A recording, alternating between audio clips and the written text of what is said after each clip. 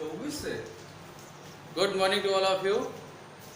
Now today I will discuss about the property. Property is that vertically opposite angles are equal. ठीक है, property ये है कि जो वर्टिकली अपोजिट एंगल्स होते हैं वो इक्वल होते हैं. तो मैंने आपको स्टार्टिंग लास्ट वीडियो में ही पढ़ाया है पेयर्स ऑफ एंगल्स में. वर्टिकली अपोजिट एंगल का जो टॉपिक था उसमें मैंने आपको समझाया कि वर्टिकली अपोजिट एंगल इक्वल होते हैं. बट क्यों होते हैं ये हम आज इसमें प्रूव करेंगे. कुल मिलाकर हमको क्या करना है, प्रूफ करना है. क्या करना है, प्रूफ क्यों होते हैं और कैसे होते हैं. ठीक है, तो वर्टिकली अपोजिट एंगल मैंने आपको स्टार्टिंग लास्ट वीडियो में पढ़ाया. तो मैंने आपने समझा होगा कि वर्टिकली अपोजिट एंगल बनते कैसे हैं. तो जब दो lines intersect at a point, यानी कहने का मतलब तो दो लाइन सीक्वेंस या दो लाइंस एक दूसरे को किसी एक पॉइंट पर इंटरसेक्ट करें, या ऐसे कह सकते हैं अगर दोनों लाइन एक दूसरे को इंटरसेक्ट करें, दोनों लाइन एक दूसरे को इंटरसेक्ट करें तो इंटरसेक्ट करेंगे किसी एक पॉइंट पर ही इंटरसेक्ट करेंगे. तो जिस पॉइंट पर इंटरसेक्ट करेंगे वहां पर एंगल्स बनेंगे. तो जो एंगल्स हैं वर्टिकली अपोजिट एंगल वो आपस में इक्वल होते हैं. वही हमको प्रूव करना है. चलिए हम लेते हैं दो लाइंस, एक लाइन ए बी और दूसरी लाइन सी डी. ठीक है, this is A B and this is C D. और ये दोनों एक दूसरे के क्या कर रहे हैं, पॉइंट पर इंटरसेक्ट कर रहे हैं. ठीक है, पॉइंट मान लेते हैं जैसे पॉइंट है ओ.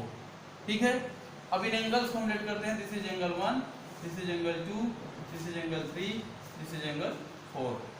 हमको अब प्रूफ करना है कि एंगल 1 एंगल 3 के इक्वल होगा, एंगल 2 एंगल 4 के इक्वल. ये हमको प्रूफ करना है. ठीक है ना, यानी vertically opposite angles are equal, ये हमें प्रूफ करना है. चलिए देखते हैं. Since angle 1 and angle 2, angle 1 और एंगल 2 कैसे एंगल हैं, ये आपको दिख रहे होंगे कि ये ए बी लाइन पर बने हुए हैं. और ए बी लाइन कैसी है, लीनियर पेयर लाइन है. कैसी लाइन है, लीनियर लाइन है. तो यानी ये दोनों 1 और 2 एंगल कैसे, लीनियर पेयर एंगल होते हैं. कह सकते हैं कि since angle 1 and 2 are linear pair angles, then अगर ये लीनियर पेयर एंगल हैं, कोई भी एंगल जब लीनियर पेयर एंगल होता है, लास्ट वीडियो में भी मैंने आपको बताया लीनियर पेयर एंगल के बारे में, उनका सम कितना होता है 180 डिग्री. यानी एनी टू एंगल और linear pair angle the sum of both angle is 180 degree. तो कह सकते हैं then angle 1 plus angle 2 is equal to 180 degree. That is equation number 1. इसको मानेंगे इक्वेशन नंबर फर्स्ट. सिमिलरली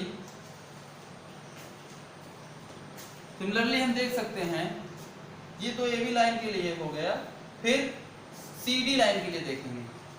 ठीक है, किसके लिए, सी और डी लाइन के लिए. तो देखिए angle 2 and angle 3 are linear pair. यहां भी आपको दिख रहा है कि जो एंगल 2 और एंगल 3 इस लाइन में बने हुए हैं, एंगल 2 एंड एंगल 3 ये भी लीनियर पेयर एंगल हुए. तो कह सकते हैं angle 2 plus angle 3 is equal to 180 degree. अगर ये लीनियर पेयर एंगल हैं देन इन दोनों का सम कितना होगा 180 degree. That is equation number second. अब देखिए इक्वेशन फर्स्ट और सेकेंड. इक्वेशन फर्स्ट और सेकेंड का जो राइट साइड है 180 है और left side angle 1 plus 2 angle 2 plus 3. तो राइट साइड इक्वल है तो लेफ्ट साइड क्या होंगे भाई, वो उसके पार्ट्स भी इक्वल होंगे. तो लिखेंगे फ्रॉम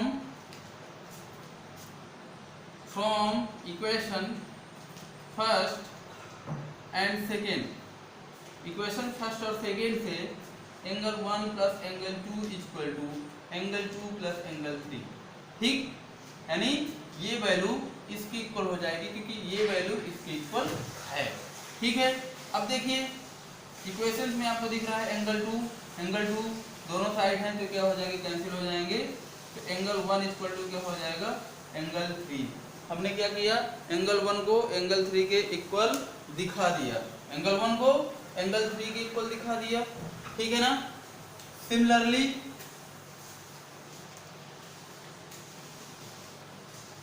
सिमिलरली हम क्या करेंगे, एंगल 2 को एंगल 4 के इक्वल दिखाएंगे, एंगल 2 को एंगल 4 के. लेकिन कैसे, चलिए देखते हैं. इसी तरह करना है. Since angle 2 and angle 3 are linear pair, ये भी लीनियर पेयर है, then angle 2 plus angle 3 equal to 180 degree, equation first बनेगा। फिर आप देखिए एंगल 3 और एंगल 4 भी लीनियर पेयर होंगे, ये किस लाइन पर हैं, ए बी लाइन पर, तो लिख सकते हैं since angle 3 and angle 4 are linear pair, then angle 3 plus angle 4 is equal to 180 degree, equation number second. ठीक है ना, यहाँ भी फर्स्ट सेकेंड बना लीजिए। अब लिखेंगे फ्रॉम इक्वेशन, इसको मान लीजिए एक काम करिए, इसको मानिए इक्वेशन थर्ड, क्योंकि फर्स्ट सेकेंड मान चुके हैं, इसको मानिए equation 4। From equation third and 4, अब देखिए थर्ड और 4 से राइट साइड इक्वल है तो लेफ्ट साइड से इक्वल हो जाएंगे, यानी क्या होगा angle 2 plus angle 3 equal to angle 3 plus angle 4, angle 3 cancel out हो जाएंगे, then angle 2 equal to angle 4। हम कह सकते हैं कि so it is prove that vertically opposite angles are equal, so it is prove that vertically opposite angles are equal.